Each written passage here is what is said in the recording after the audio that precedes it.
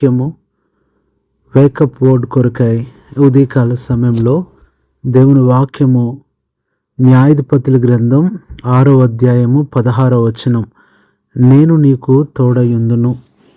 ఈ ఉదయకాలము దేవుడు మనతో మాట్లాడుతున్న మాట, నేను నీకు తోడయుందును. I will be with you.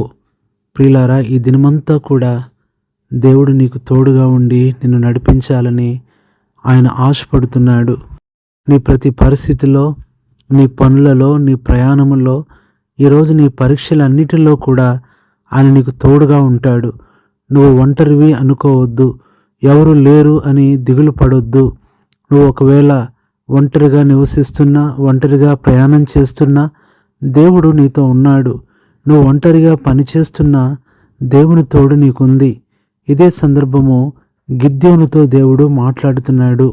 గిద్యోను మిద్యానీయుల కింద ఇశ్రాయేల్ అందరూ కూడా వారు 7 సంవత్సరాలు బానిసలుగా ఉంటున్న పరిస్థితుల్లో పిరికివాడుగా గానుగు చాటున గోధుమలను దొల్లగొడుతూ ఉన్నాడు.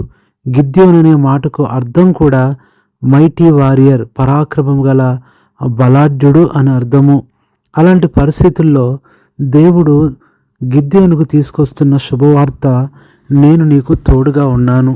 నిజమేనండి, ఈ దినము మనము మన తోడు, మనుషుల తోడు, బంధువులు, స్నేహితులు, ఎన్ని తోడులు ఉన్నప్పుడు కూడా మనం విజయం సాధించలేం. ఏది కూడా మన జీవితంలో జరగదు. ఏదైనా జరగాలి అంటే దేవుని తోడు మన జీవితంలో తప్పనిసరిగా ఉండాలి. అందుకని ఇంగ్లీష్లో ఒక మాట ఉంది, victory will not come from own strength but from God presence and power. విజయం అనేది మన యొక్క సొంత శక్తిని బట్టి, బలం నుంచి రాదు, కానీ దేవుని సన్నిధి, శక్తి మనకు తోడుగా ఉన్నప్పుడే వస్తుంది. విజయం కూడా 2 రకాలుగా ఉంటుంది. Partial victory, permanent victory. తాత్కాలికమైన, పాక్షికమైన విజయము, శాశ్వతమైన విజయము. దేవుడు ఎప్పుడు కూడా నీకు శాశ్వతమైన విజయం ఇవ్వాలనుకుంటున్నాడు. మిద్యానీయుల చేతిలో నుంచి తాత్కాలికంగా విడిపించటం కాదు, శాశ్వతంగా తన ప్రజల్ని విడిపించాలనే తోడుగా ఉన్నాను అంటున్నాడు. ఇది నేను నీ జీవితంలో కూడా మనుషులు పాక్షికంగానే నీకు సహాయం చేయొచ్చు, పాక్షికంగా నిన్ను ప్రేమించవచ్చు. అంటే టెంపరరీగా, పార్షియల్గా మాత్రమే వారు చేయగలరు, కానీ పర్మనెంట్గా చేయగలిగింది దేవుడే. దేవుడు నీకు తోడుగా ఉంటానంటున్నాడు. నీ పరిస్థితి, నీ కష్టం, నీ ఇబ్బంది, నీ అనారోగ్యం, నీ శోధన, నీ బంధకాలు, ప్రతిదీ కూడా ఆయన తాత్కాలికంగా విడిపించాలని ఆయన ఇష్టపడట్లేదు, కానీ శాశ్వతంగా విడిపించాలని ఆయన కోరుతున్నాడు. అందుకనే ఇక్కడ ఈ ఉదయకాలము గిద్యోనుతో మాట్లాడుతున్న దేవుడు నీతో కూడా మాట్లాడుతున్నాడు. నేను నీకు తోడయ్యుందును. దేవుడు ఎలా తోడుగా ఉంటాడు అంటే, దేవుని వాక్యంలో మనం చూసినట్లయితే ఈ గిద్యోనే ఆ తర్వాత ఎన్ని గొప్ప యుద్ధాలు చేసి, ఎంత గొప్ప ఇరుబ్బయలు అనే అనుభవంలో గిద్యోను అంటేనే ప్రజలు భయపడేటట్టు చేశాడు. దేవుడు గొప్ప కార్యాలు చేశాడు. గానుగు చాటునున్న గిద్యోను ఇప్పుడు ఎంతో గొప్పవాడిగా యెహోవా ఖడ్గము, గిద్యోను ఖడ్గము అని చెప్పబడే పరిస్థితిని దేవుడు తీసుకొచ్చాడు. ఇది నువ్వు మరుగై ఉండొచ్చు, నువ్వు చాటును ఉండొచ్చు, నీ గురించి ఎవరికీ తెలియకపోవచ్చు, ఇంకా చెప్పాలంటే చిన్న స్థితిలో నువ్వు ఉండొచ్చు. ఒక దినము ఈ దేవుని తోడు అనేది నిన్ను ఉన్నత స్థితిలోనికి, ఉన్నత విజయంలోనికి తప్పనిసరిగా తీసుకువెళ్తుంది. ఈ మాటను నమ్ము. గిద్యోను కూడా సూచనలు అడిగాడు, దేవుడు ఆ సూచనలు నెరవేర్చాడు. ఒకవేళ ఇంకా నీకు కూడా సందేహంగా ఉంటే నువ్వు కూడా నీ జీవితంలో దేవుని విషయమై కొన్ని సూచనలు అడగవచ్చు. తప్పనిసరిగా దేవుడు అవి చేస్తాడు. అందుకనే ఇక్కడ దేవుడు ఎలా తోడుగా ఉంటాడు, ఏ విషయాలు మనకు తోడై ఉంటాయి అంటే, ఈ ఉదయకాలము దేవుడు నీకు ఎలా తోడుగా ఉంటాడు, నీకు తోడుగా ఉండాలి అని ప్రార్థనాపూర్వకంగా కొన్ని మాటలను మనం చూస్తే, 2వ దినవృత్తాంతముల గ్రంథము 32:8 మన యుద్ధములను జరిగించుటకు, మనకు సహాయం చేయుటకు మన దేవుడైన యెహోవా మనకు తోడుగా ఉన్నాడు. ఈ దినాన దేవుడు నీ ప్రతి విషయంలో కూడా తోడుగా ఉంటాడు. ఎలా తోడుగా ఉండి నేను నడిపిస్తాడు అంటే 7 విషయాలు ఉన్నాయి. ఎజ్రా గ్రంథం 8వ అధ్యాయము 22వ వచనము, మా దేవుని హస్తము తోడుగా ఉండును. మొట్టమొదట ఆయన హస్తము నీకు తోడుగా ఉంటుంది. నీ జీవితంలో నీ హస్తము కురచవచ్చు, నీ హస్తము బలహీనమవ్వచ్చు, నీ హస్తము మరి ఖాళీగా ఉండొచ్చు. కానీ దేవుని హస్తము అది ఎంతో గొప్ప హస్తము, బలమైన హస్తము, సమృద్ధి హస్తము. దేవుడు తప్పనిసరిగా తన హస్తాన్ని నీకు తోడుగా ఉంచినప్పుడు నీ పక్షాన కార్యాలన్నీ ఆయనే చేస్తాడు.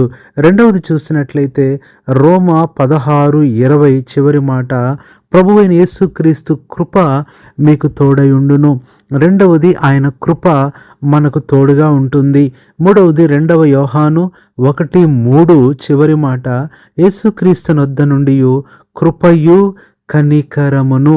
ప్రియులారా, మూడవది కనికరము తోడుగా ఉంటుంది. ఆయన హస్తము తోడు, ఆయన కృప తోడు, ఆయన కనికరము తోడు. కింద మాట సమాధానమును మనకు తోడగును.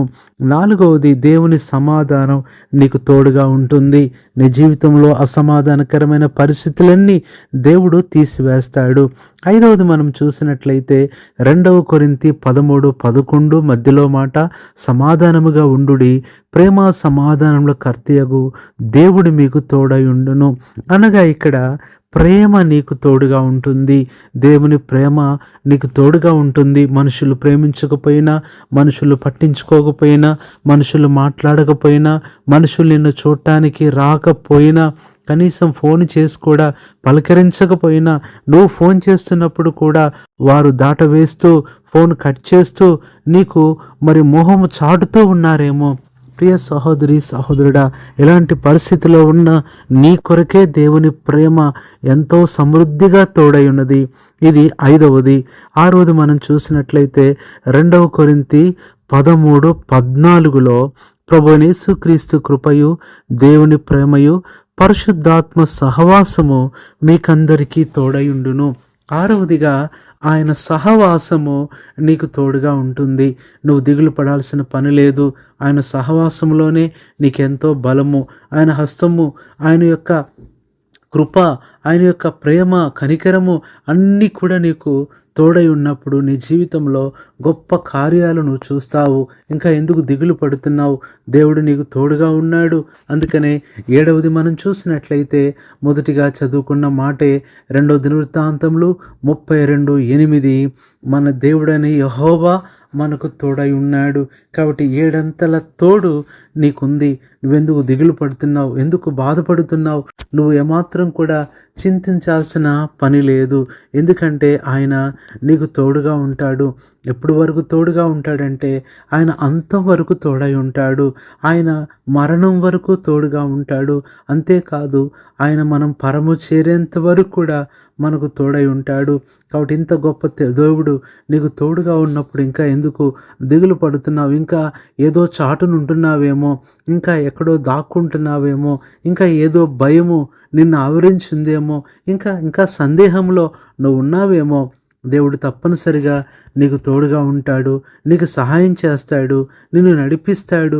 చివరిగా ప్రకటన గ్రంథం 21:3 చివరి మాట, దేవుడు తానే వారి దేవుడై ఉండి వారికి తోడై ఉండును. కాబట్టి ఈ దినమంతా కూడా ఇలాంటి 7 తోడు నీ జీవితంలో ఉండి నిన్ను నడిపించి, నిన్ను ఆదరించి ధైర్యపరచాలని నీ కొరకై ప్రార్థన చేస్తాం. పరిశుద్ధుడైన తండ్రి, ప్రభువైన యేసుక్రీస్తు నామములో నీ పాదములకు వందనాలు చెల్లిస్తున్నాము.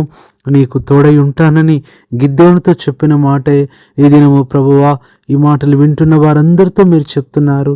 వారి జీవితంలో మీరు తోడుగా ఉండి ప్రభువా, గిద్యోనికి ఇచ్చిన గొప్ప విజయం నీ బిడ్డలకు కూడా మీరు దయచేయమని ఈ దినమంతా ప్రభువా, వారి యొక్క ఆరోగ్యాలు, వారి యొక్క పనులు, ప్రయాణాలు, ప్రయత్నాలు, పరీక్షలు అన్నిటినీ సఫలం చేసి తోడై ఉండి ప్రభువా, మీరే నడిపించి ఎలాంటి ప్రమాదాలు, అపాయాలు రాకుండా ప్రభువా మీ కాపుదలలోని బిడ్డలు నడిపించమని ఈ దినమంతా ఒక గొప్ప విజయవంతమైన, ఆనందకరమైన, సమాధానకరమైన నూతన జీవితాన్ని ఈ మాటలు వింటున్న వారందరికీ దయచేయమని కృతజ్ఞతలు చెల్లిస్తూ వందనములతో ప్రభువైన యేసుక్రీస్తు నామములో ప్రార్థిస్తున్నాము తండ్రి.